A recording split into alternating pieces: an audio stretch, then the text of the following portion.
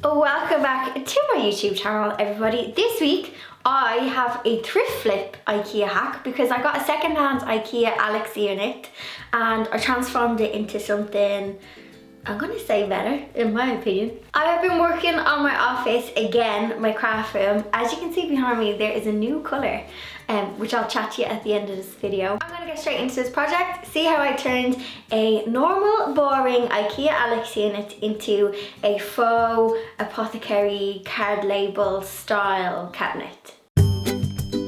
I am joined by my lovely assistant, Queen Bee.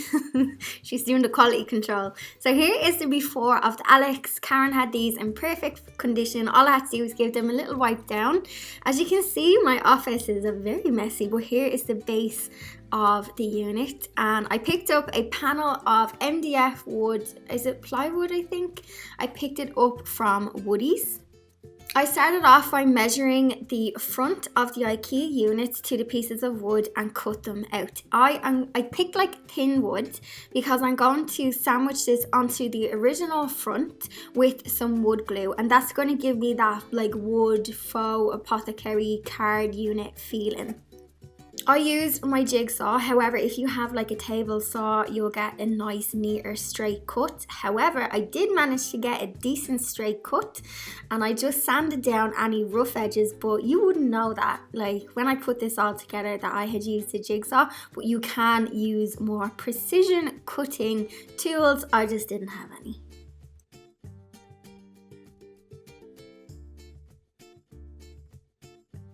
Once all of my pieces were sanded and they were nice and smooth, I gave them a coat of wood stain. Now, I picked this up in my local hardware shop. Ideally, it's not the colour I wanted, but I just went with it. So I applied one coat of stain, I put it on with a cloth and I wiped off any excess. I allowed it to fully dry, and while I was waiting for it to dry, I tackled the base of the Ikea unit because I wanted to paint it in a colour to match my office.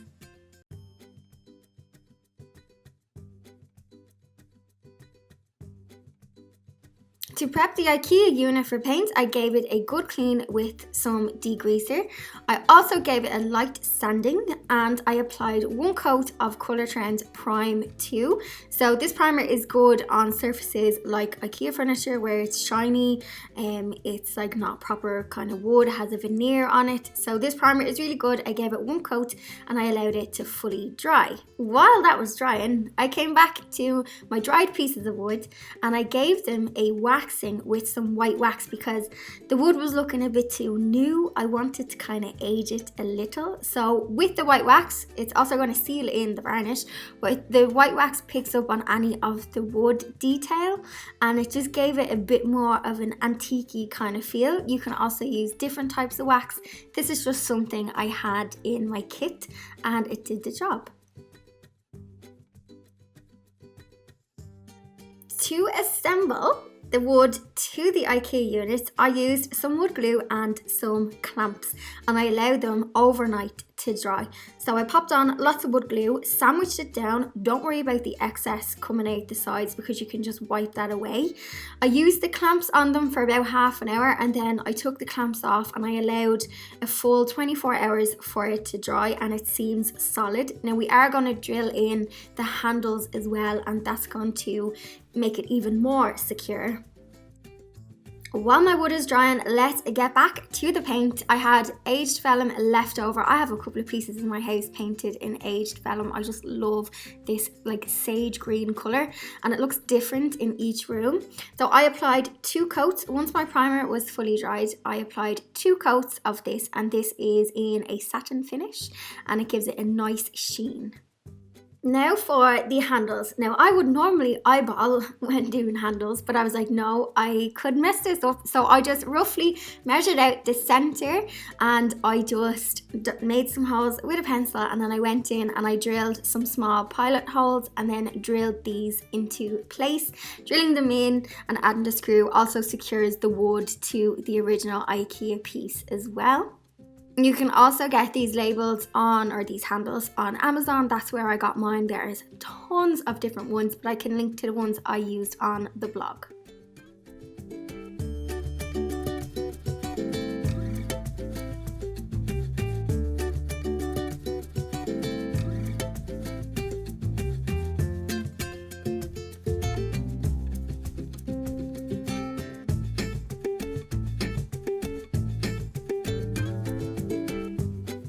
Once I was all assembled and put back together, I worked on the legs. Now, these are not meant to be used for the Alex unit. However, I made them work because I was struggling to get some decent legs. Now, I did stain these in the original stain. I sanded them before and I stained them. However, because this is a different wood to the wood that I used, it's not going to get me the same colour.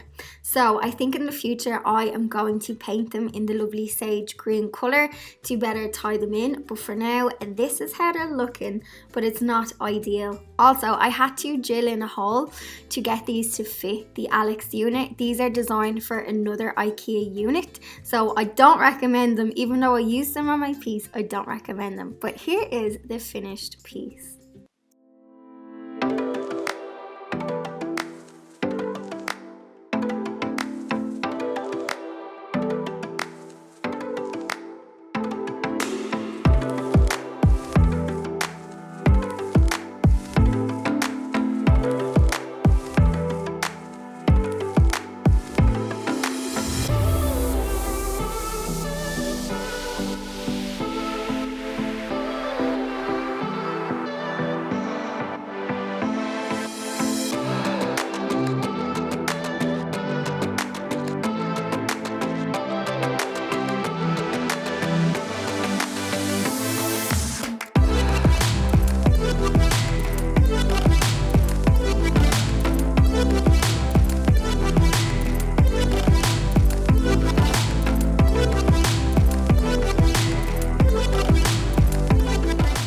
That is how it is looking. Ideally, I think I might change the legs, not change the legs, paint the legs the same colour as the cabinet, because when I stained the legs, they were two different woods, so the stain obviously took different.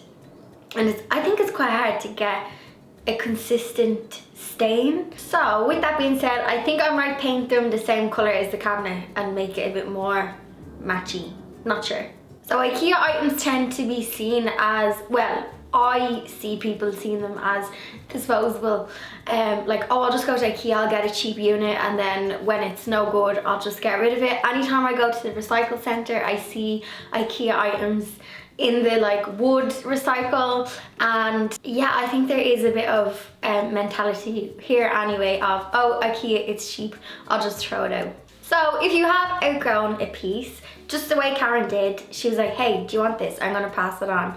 And I love that, like pass it on to see if someone who needs it, and then make it suit your decor. And the unit itself has great storage. I'm currently using it for all my like little small tools, craft scissors, cutting blades, mats, things like that. It's great, especially if you're like a card maker as well, because you can get the large sheets in the bottom pieces as well. So my office slash craft room, I have been changing it, and I think next week, if I can finish tweaking this, I'll have a makeover video. I changed the colour in here, I changed the layout, I got some more storage, and it's starting to feel, I have redone my office I don't know how many times. This must be the third time. I used to be in the other room, then I moved in here because it's bigger, and then I outgrew that layout as well. And now I think it's a bit more practical, because I feel like coming into autumn and winter, I think this year might be a long one. So at least if I have a workspace that encourages work and that is calm, I can't work in a messy space. But what I do, I create mess. So I have to make it easier for myself. So next week I will have a office slash craft room makeover, but I'm loving the warmer colour. I went with something, it's gone quite earthy in here. I think it's like a reflection of me in 2020. I've just been craving peace and nature, and it's reflected in this room. But yeah, make sure to subscribe to my channel so you get notified of next week's upload if you do want to see the office video, and cheeky thumbs up if you like my Ikea hack. Hope you're all keeping well, and I will see you in next week's video.